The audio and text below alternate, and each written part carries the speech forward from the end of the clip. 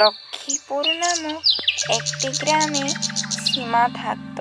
তার আপনজন বলতে কেউ ছিল না। ময়না দিয়ে গোপী, তোরা খেয়ে নে, তোদের খাওয়া হলে আমি কাজে যাব। আর হ্যাঁ, আমি সময় মতো বাড়ি ফিরে আসবো। তোরা নিজেদের খেয়াল রাখিস।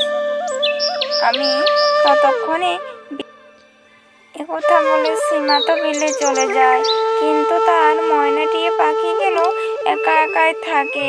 আর ওদিকে বন থেকে একটা দুষ্ট বিড়াল আসে আর তাদের উপর তার নজর পড়ে।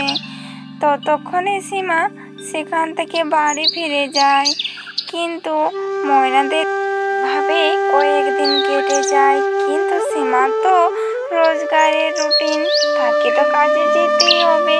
তাই সে ঘুম থেকে উঠে আবার পরের দিনের জন্য সেই ময়নাটাগুলোর সাথে কথা বলে রেডি হয়। তখন টুনি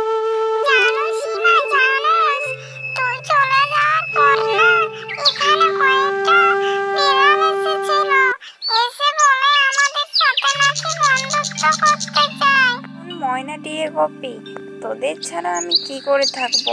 তোরা নিজেদের খেয়াল রাখিস। ওই দুষ্টু বিড়ালটা কিন্তু তোদের উপর আক্রমণ করতে পারে।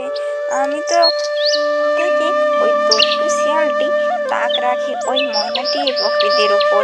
যেই সীমা বাড়ি থেকে বার হয়ে মাঠে যায়, তখনই শিয়ালটি তাদের খামারে এসে ওঠে আর ময়নাটিদের উপর আক্রমণ করতে শুরু করে।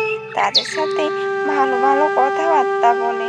ময়নাটিরা এতটা সেখানে ময়নাটির উপর আক্রমণ করতে থাকে, সীমা তক্ষণই সেখানে চলে আসে আর লাঠি দিয়ে ওদেরকে এমন তাড়ায় শিয়াল বুঝতে পারে যে তাদেরকে ধরা এতটাও সহজ নয়।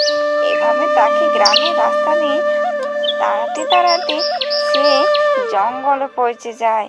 ওইখানে সীমা ওকে লাঠি দিয়ে মেরে ফেলে, বলে কিনা, তুই যদি আমার ওই ময়নাটি গোপীদের উপর নজর দিস, তোকে কিন্তু আমি মেরে ফেলবো।